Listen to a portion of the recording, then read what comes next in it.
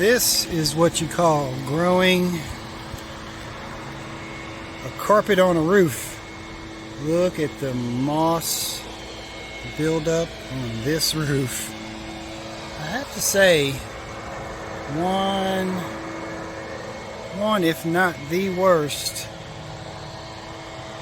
buildups of moss on a roof I think I've ever seen.